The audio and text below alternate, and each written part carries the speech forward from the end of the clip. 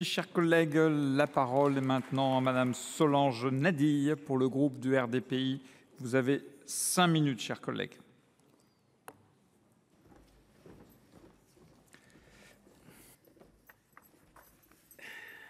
Merci, Monsieur le Président.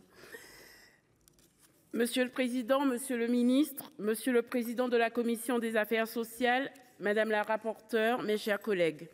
Après avoir légiféré sur l'interdiction des dispositifs de vapotage à usage unique, c'est à présent sur un autre fléau de consommation des jeunes que nous nous attardons, les usages détournés du protoxyde d'azote.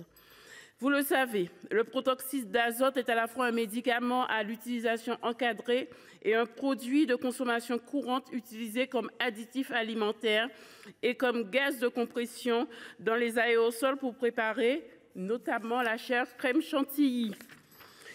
Malheureusement, son usage est de plus en plus détourné par les adolescents et les jeunes adultes qui l'utilisent à titre récréatif à cause des propriétés hilarantes de ce gaz. Risquer de mourir de rire à cause de cette pratique n'est pourtant pas un sujet drôle. Cela doit au contraire nous alerter tant sur les conséquences en matière de santé publique que sur les problèmes de nuisance dans l'espace public. La mission interministérielle de lutte contre les drogues et les conduites addictives avertit que les conséquences sur la santé peuvent être l'asphyxie, la perte de connaissance, des brûlures, mais aussi en cas d'usage répété et ou à forte dose, de sévères troubles neurologiques, hématologiques, psychiatriques et cardiaques. Par ailleurs, les collectivités territoriales et nos élus locaux sont de plus en plus confrontés aux conséquences de cette consommation récréative, qui entraîne trop souvent des attroupements sur la voie publique et des comportements agressifs. L'abandon des bonbonnes et de bouteilles de protoxyde d'azote sur la voie publique est aussi devenu une problématique aiguë de la gestion des déchets.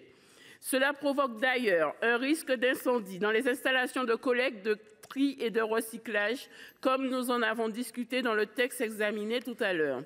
Le protoxyde d'azote semble aussi avoir une responsabilité dans la survenue d'accidents de la route. Si de nombreuses municipalités et préfectures ont pris des arrêtés pour interdire l'usage et la détention de protoxyde d'azote dans l'espace public, ces arrêtés s'avèrent aujourd'hui insuffisants car limités dans le temps et dans l'espace. Dans ce contexte, ce texte proposé par le groupe RDSE et notre collègue Ahmed Laouedj, que je salue, vise à compléter la loi de 2021 pour mieux lutter contre le phénomène. La loi actuelle semble aujourd'hui bien insuffisante face à la diversification de l'offre hors des circuits traditionnels, assez difficile à contrôler, et à l'apparition de réseaux illicites structurés qui complexifient le travail des autorités. Il nous faut donc considérablement renforcer l'arsenal des mesures à leur disposition. Nous soutenons bien sûr les mesures d'encadrement et de sanctions proposées à l'article 1er avec la pénalisation de la consommation détournée du protoxyde d'azote. L'encadrement de la vente doit être renforcé avec une déclaration administrative et une interdiction de vente la nuit. Et il faut naturellement renforcer les peines applicables en cas de vente à un mineur. Il faut évidemment aussi sanctionner l'abandon des cartouches ou bonbonnes sur la voie publique, comme le demandent nos élus locaux. Le texte initial prévoyait l'interdiction de la détention par les mineurs, mais cela risquait de contrevenir à la justice pénale des mineurs. Nous soutenons donc la position de la commission sur ce sujet. L'article 2 prévoit que les dangers liés à la consommation détournée du protoxyde d'azote figurent parmi les sujets à aborder à l'occasion des séances de prévention de conduite addictive organisées dans le secondaire.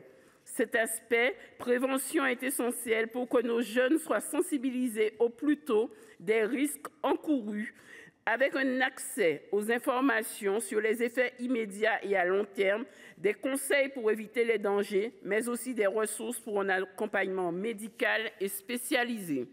Ces évolutions, recommandées par les professionnels de santé et très attendues par les élus locaux, vont dans le bon sens et devraient faire preuve d'une meilleure efficacité sur le terrain.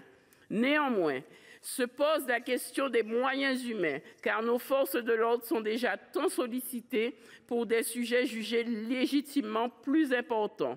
Mais avec ce texte qui marche sur deux jambes, répression et prévention, les parlementaires que nous sommes sont dans leur juste rôle. Nous voterons donc naturellement en faveur de cette proposition de loi telle que modifiée par la commission. Je vous remercie. Merci, chers collègues. La parole est maintenant à Madame Véronique Guillotin pour le groupe du RDPI.